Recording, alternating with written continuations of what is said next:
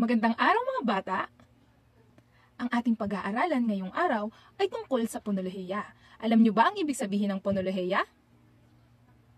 Mga bata, ang ponolohiya ay ang pag-aaral ng tunog o ponema sa mga salita sa ating wika.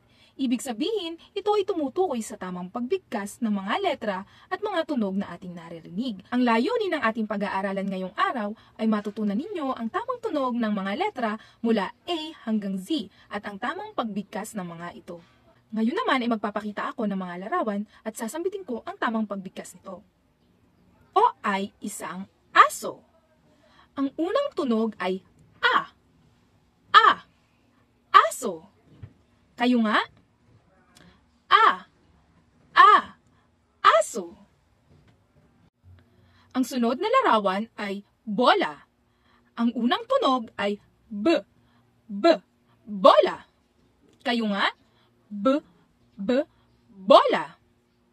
Mahusay. Ngayon ay narinig ninyo ang mga ilang halimbawa ng mga letra. Ngayon naman ay tingnan natin ang mga letra mula A hanggang Z. Ang unang letra ay A. A. A. Aso. Kayo nga? Ang sunod na letra naman ay B. B. B. Bola. B. B. Bola.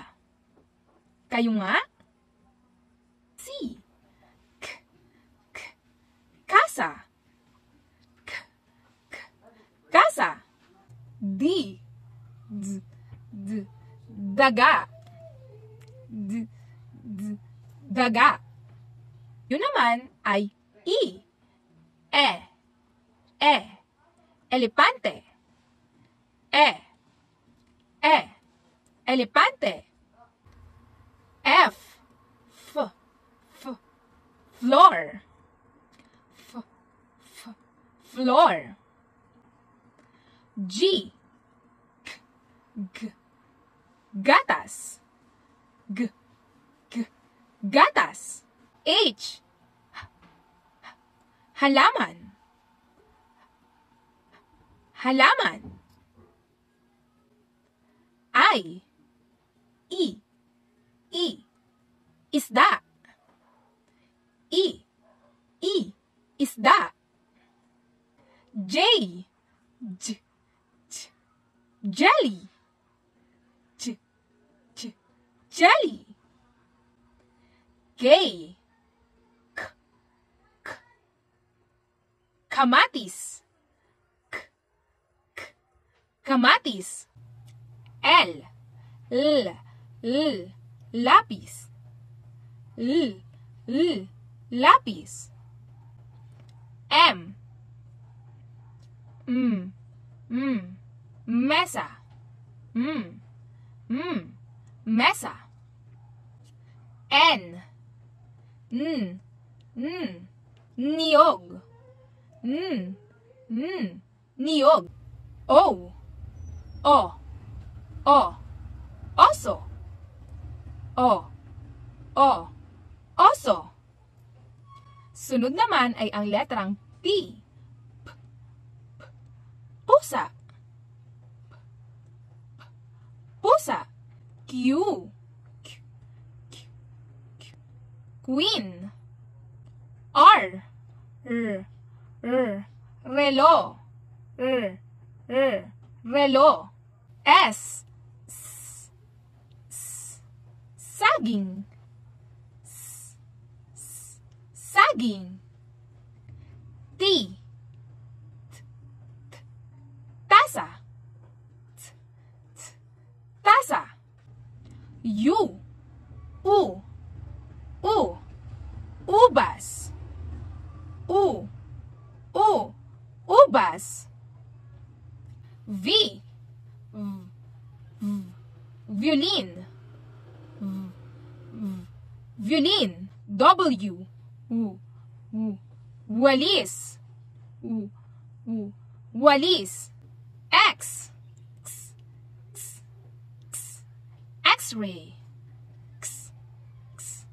X-ray. Y. Y. Y. Y. Yo-yo. Yo. Yo. yoyo. At ang panghuling letra, letter Z. Z, Z, Z. Zebra. Z, Z, zebra.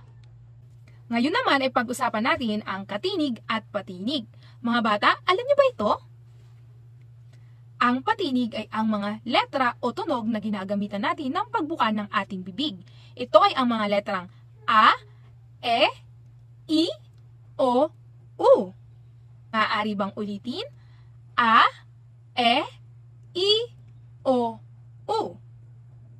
At ang katinig naman ay ang mga natitirang letra tulad ng B, C, D, G, H, J, K, L, M, N, P, Q, R, S, T, V, W, X, Y, and Z. Man, maaari ba kayong magbigay ng halimbawa ng patinig?